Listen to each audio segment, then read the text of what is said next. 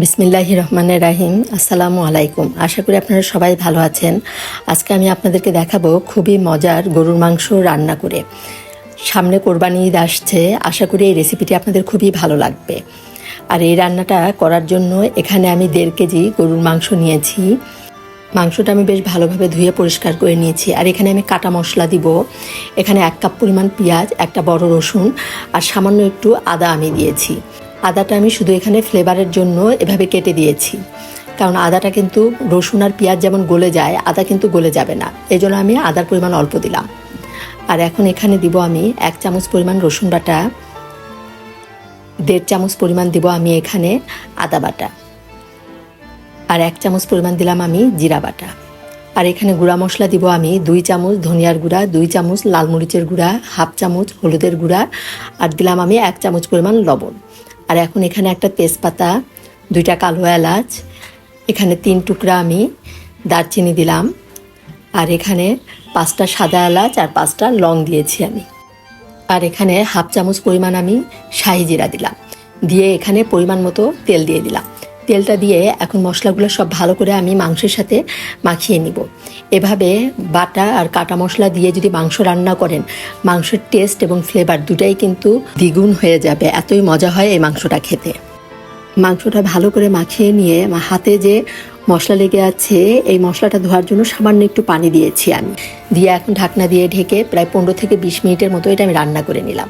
যে বেশ খানিকটা কিন্তু পানি বের হয়েছে, এই পানিটা শুকিয়ে যাওয়া পর্যন্ত আমি রান্না করে নিব।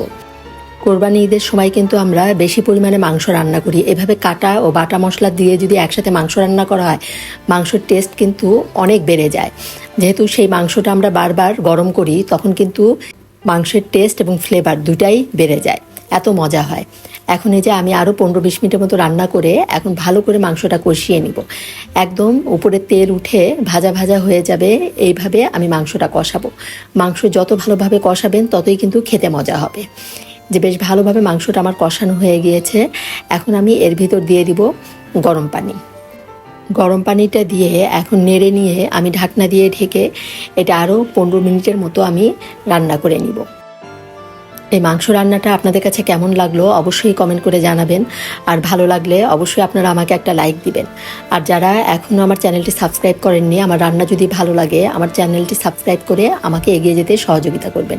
এখানে আমি 6-7টার মতো কাঁচামরিচ দিয়ে দিলাম, আর দিলাম এখানে সামান্য একটু পেঁয়াজ বেরেস্তা দিয়ে এখন আমি দিয়ে দিব 1/2 চামচ পরিমাণ গরম মশলার গুঁড়া। আর এই গরম মশলাটা কিন্তু আমার বাসায় বানানো, আর এই রেসিপিটি কিন্তু আমার চ্যানেলে আছে, আপনারা ইচ্ছা করলে দেখে নিতে পারেন। এখন এই যে আমি এটা একটু নেড়ে নিয়ে ঢাকনা দিয়ে ঢেকে লো হিটে 5 মিনিটের মতো রান্না করে নিব। এই যে হয়ে গেল আমার খুবই মজার গরুর মাংস রান্না। ঢাকনাটা তোলার সাথে সাথে এত সুন্দর ফ্লেভার বের হয়েছে, আপনারা না রান্না করলে বুঝতেই পারবেন না। আপনারা এভাবে কাটা ও বাটা মশলা দিয়ে একবার গরুর মাংস রান্না করে দেখেন, খুবই মজা হয় এটা খেতে। ধন্যবাদ সবাইকে, সবাই ভালো থাকবেন। আল্লাহ হাফেজ।